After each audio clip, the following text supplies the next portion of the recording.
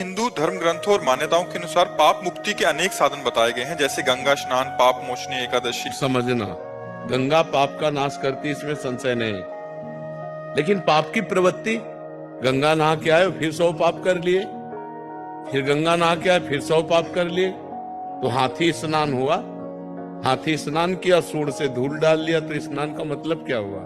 ये लोग तीर्थों में जाते हैं, तीर्थों का आनंद लेने थोड़ी जाते हैं, मनोरंजन करने जाते हैं। तीर्थ कैसे जाया जाता है? उपवास करके रहा जाता है 1-2 दिन, बहुत नम्र दैन्य, नाम जप, पवित्र। अब यहाँ होटल बुक करवा के धामों में और बेविचार करते हैं, मदिरा पीते हैं, मनमानी आते, तो ये तीर्थ और गान थोड़ी हुआ। ये तो घोर पाप हो गया, जो घोर नरकों में ले जाने वाला है।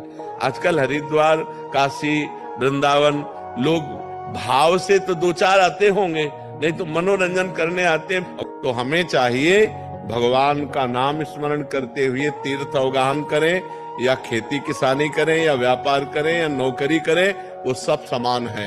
अगर हम धर्म से किसानी करते हैं, धर्म से व्यापार करते हैं और नाम जप करते हैं, तो बिना गंगा नहाए भी भगवत प्राप्ति हो जाएगी। और गंगा नहाते हैं, मनमानी आचरण करते हैं, पाप करते हैं, तो गंगा नहाते हुए भी आपको नरक जाना पड़ेगा।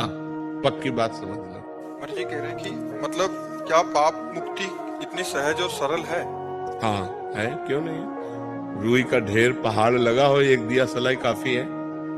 1 सेकंड में अनंत पापों का नाश हो जाएगा। राम कहो, कृष्ण कहो, हरि कहो, राधा कहो, अंतिम श्वास आ जाए यही राधा राधा कहते हुए, अनंत जन्मों के पाप नष्ट होकर भगवत प्राप्ति हो जाएगी। बिना भगवान का स्मरण किए हुए जीव का परम कल्याण नहीं हो सकता। इस कलिकाल में और कोई साधन नहीं है, सच्ची मान लीजिए।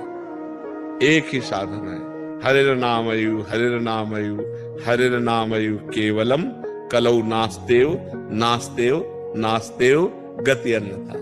सब कर रहे हैं और फिर वही पाप आचरण कर रहे हैं, तो उससे कोई लाभ नहीं मिला।